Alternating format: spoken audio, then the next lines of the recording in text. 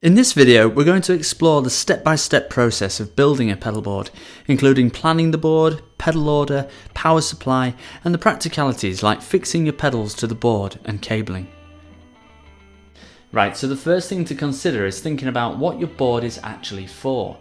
So a studio board is going to be very different from a gigging board. Now, what I'm going to be creating is a small gigging board, a board that has got something like 6 or 7 pedals on it that do most of the sounds that I'm going to need in order to do a gig. Okay, so once you've figured out exactly what your board is for and what your needs are, you're going to need to choose a board or make a board. Now this is one that I have created just out of some wooden shelving, just kind of cobbled together, but it's solid enough and it cost me very, very little money. Now if you're wanting something maybe a little bit more robust, then you'll need to have a look to see what is out there. There's loads of different makes of board. But this one I wanted to make it the exact size so that it would fit all of these pedals into this suitcase. So I've made it to the exact measurements.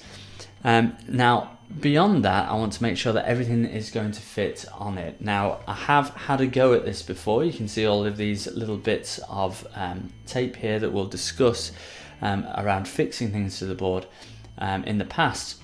But I may want to kind of move things around and have things in a different order this time. So I'm going to grab my pile of pedals and see where they will go on this board. Okay, so these are the main pedals that I'm going to be using. I've got a few different drive pedals along with a boost pedal, a delay, digital delay, wah-wah, and a tuner.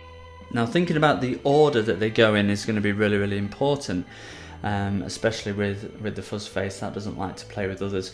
This likes to be at the front of the board, the first thing that the board sees after the guitar. But which way around it goes with the wah pedal is a bit of a bone of contention. Some people prefer it after and some people prefer it before. So the other thing to think about with the wah pedal is whether it's going to be accessible. It needs to be actually movable with your foot. So I want that to go at the very, very end of the board and then into the fuzz face. If I've got problems with that, I might have to switch it around. Now this spark I'm going to use as an actual a volume boost, so that's going to go after all of my overdrives, and then these two I'll have to think about which order they go in a second. But looking at the spacing, that should be enough space to go on that board. So let's grab the board and see.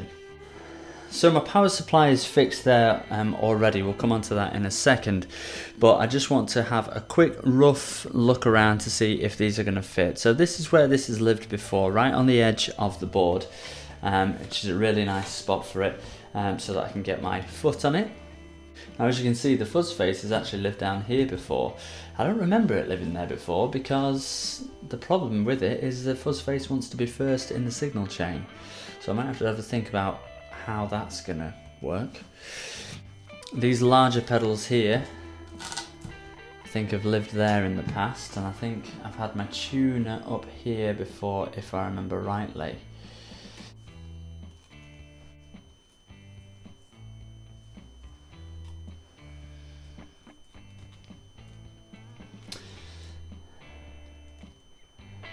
I'm tempted to put the spark pedal actually down here as the last on this row, kind of moving this way, and actually have the fuzz face up in this top corner up here as the first thing that we go into, and then out into here,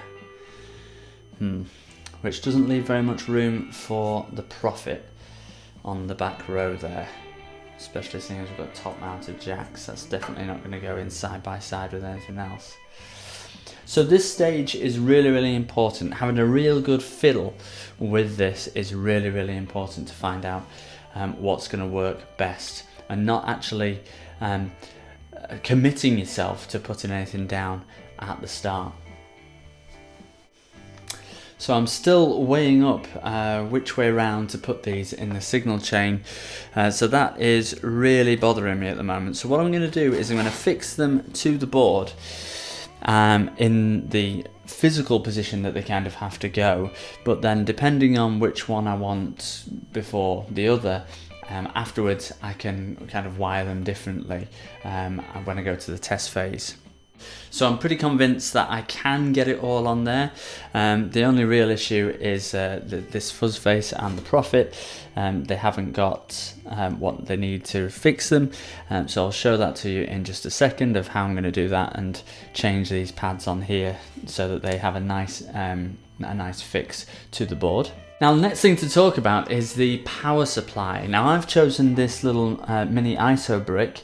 It's called ISO brick because it's isolated power supply. Now this is really, really important that each one of these power supplies that are coming out here to each pedal is an isolated power supply, so it's isolated from everything else. That's going to really cut down on hum, so that's really, really important. The other thing that's really, really important on this is that you have got enough ampage coming out of that power supply.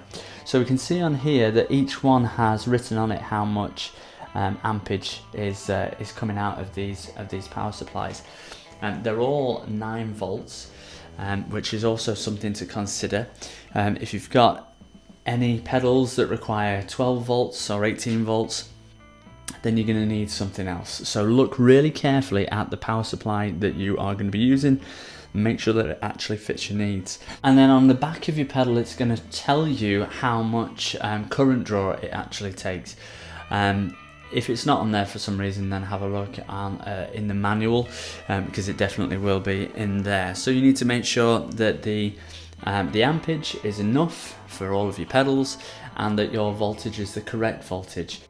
So this one, I need to do a full review of it. I've used it quite a few times and it's a little bit temperamental. I think the connections here are not great. They're a little bit wibbly wobbly and sometimes that can result in a little bit of power loss. Now what I can definitely recommend is this. This tuner is absolutely fantastic. Not only is it a really good tuner, but also it has this option of daisy chaining something off of the back of it, and this is a really good kind of get me out of jail free card. So if you are halfway through a gig and suddenly your power supply dies, then you've still got this and you can use this to daisy chain. That's one of these. Daisy chain off the out to power all of your pedals. Now I wouldn't usually do that because they're not isolated, okay? But it is fantastic to kind of just as a peace of mind thing. You've also got to make sure that the pedals that you're using isn't going to take up too much power, because this only gives out 200 milliamps. Now for a drive pedal you're probably talking between 10 and 20 milliamps, so it's not huge, but just check for any digital pedals that you've got on your board. So that's fantastic to have on your board, like I say, as a get out of jail free card if you need it. So as a tuner it's fantastic, and as a power supply it's alright. So now I need to fix these to the board. Now you can see that what I've done here is that I have popped on some of this Velcro tape onto the back of the pedals so that they can sit on top of the board and not really go anywhere. Now the more surface area that you've got that is actually connecting with the tape, the better. So that one's got a little bit more and it's a little bit stronger as a result. So these have all got enough for me to be happy for the time being. I might need to redo this one, it's a little bit wobbly, but this one's got nothing. And this one's got a strip on there, but it doesn't match up on here. So I'm just going to redo that. I've got the furry side on here, and so I need to put a strip of the rough side on here, and then I need to do everything for the fuzz face.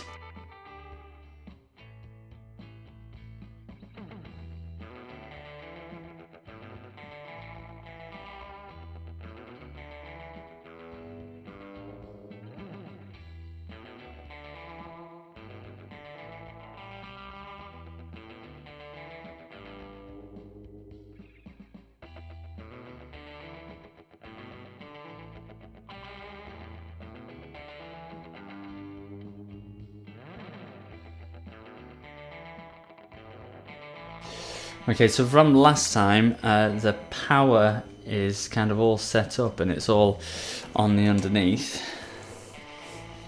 It's a little bit of a rat's nest, to be honest. You can get all sorts of cable tie kind of systems to keep it in place, which is really good.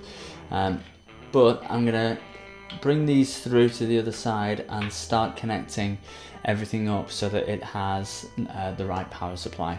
So the ISO brick does a maximum of 5 pedals, which is great, but I've got 7 pedals on here.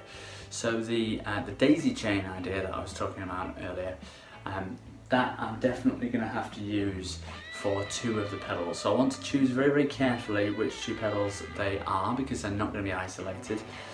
So I'm going to choose 2 pedals that have less to do with kind of drive, because I don't want them basically amplifying any noise that there is. So I'll daisy chain the wah-wah pedal and the delay pedal. So they'll be coming off of the chromatic tuner. Everything else, all of the drive pedals, will have their own isolated power supply from the mini ISO brick. So I've got this connector that has coming out from 1 and splitting into 2. So I'll use that for coming from the tuner. Okie dokie, that's all working. So, quite happy with how this is going so far. I've got everything nicely spaced. It's not too messy at the moment. I just need to do a little bit of a tidy up on the underneath here. Next stage. So, patch cables, very, very important topic. What I would recommend is that you have quite a range. So I've got ones that are longer ones that might help with certain things. I've got as many of these as I can find that are the angled ones. They're really good. This type are brilliant, where they're kind of flat pancake type. They're really, really good. So some of those, I've got a couple of kind of where they're angled but they're a bit longer.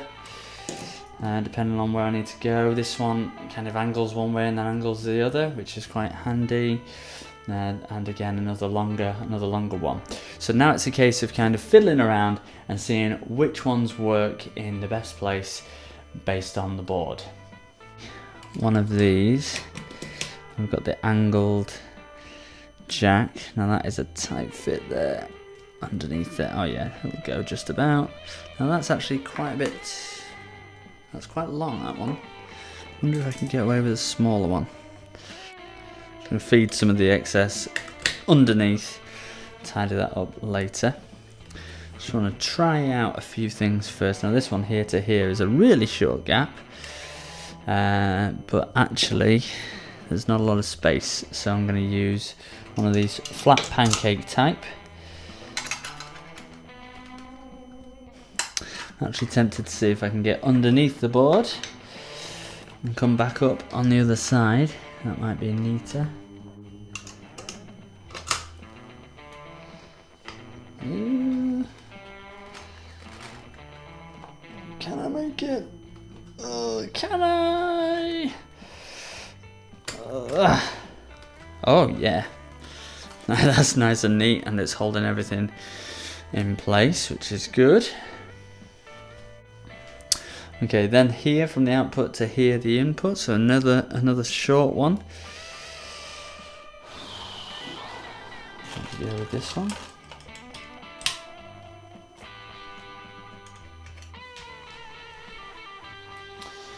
Alright, I might actually use this type. This is pretty nifty, this one. It's quite little and neat.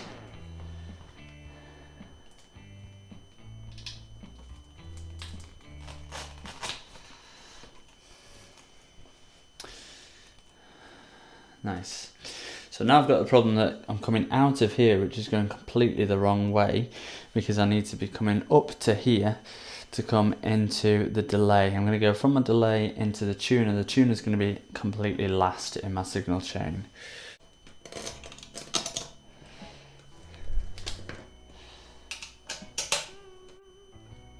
So now a tidy up job of these cables and a test to see if it is all working. Hi, Ashley here. Remember that I'm giving away a pedal to a lucky winner for every 1,000 subscribers.